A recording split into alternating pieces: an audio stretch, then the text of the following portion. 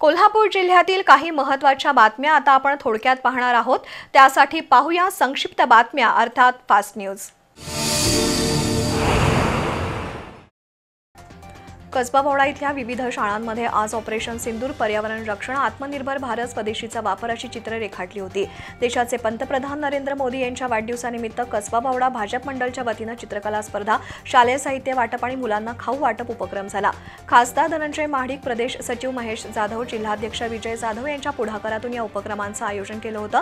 यावेळी अमर साठे, धीरज पाटील, संजय जासूद, डॉक्टर सदानंद राजवर्धन, धीरज उल्पे, तानाजी रणदिवे, किसन खोत, राजाराम परीट, उमेश उल्पे, अभिषेक भोसले उपस्थित होते।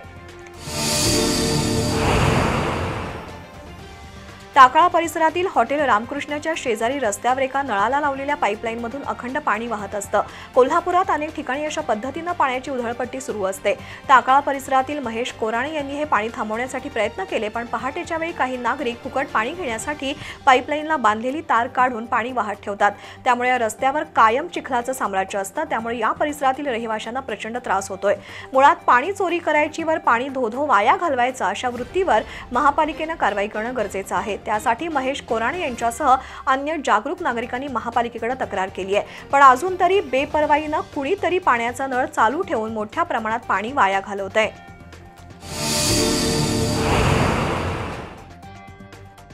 कळंब्यातील मनोरमा कॉलनी परिसरात गॅस पाईपलाईन गळती होऊन भोसने कुटुंबातील तिघांचा मृत्यू झाला।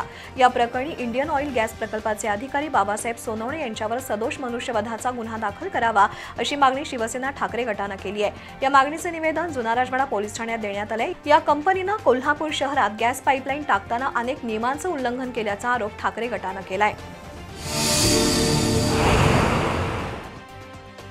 कोल्हापूर महापालिकेच्या प्रशासक के मंजुलक्ष्मी यांनी प्रभाग स्तरावर अधिकार विकेंद्रित करण्याचे आदेश काढले आहेत। त्यामुळे अतिरिक्त आयुक्त, उपायुक्त आणि सहाय्यक आयुक्तांवर प्रभाग स्तरावरील जबाबदाऱ्या निश्चित केल्यात।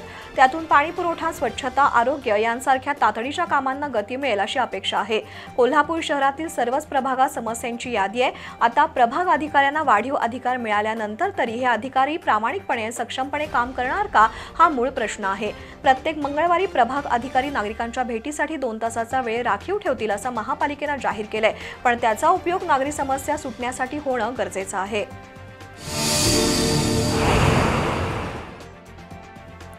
केंद्रीय शहरी विकास मंत्रालय आणि स्वच्छ महाराष्ट्र अभियानाअंतर्गत दरवर्षी स्वच्छता ही सेवा अभियान राबवण्यात येते। कोल्हापूर महापालिकेने शहरात या अभियानाला सुरुवात केली आहे। गंगावेश, शाहू उद्यान आणि टेमलाई मंदिर परिसरात महानगरपालिका अधिकारी, कर्मचारी आणि सामाजिक कार्यकर्त्यांच्या सहभागातून स्वच्छता मोहीम राबवण्यात आली। त्यातून 40 टन कचरा आणि प्लास्टिक संकलित करण्यात आलं।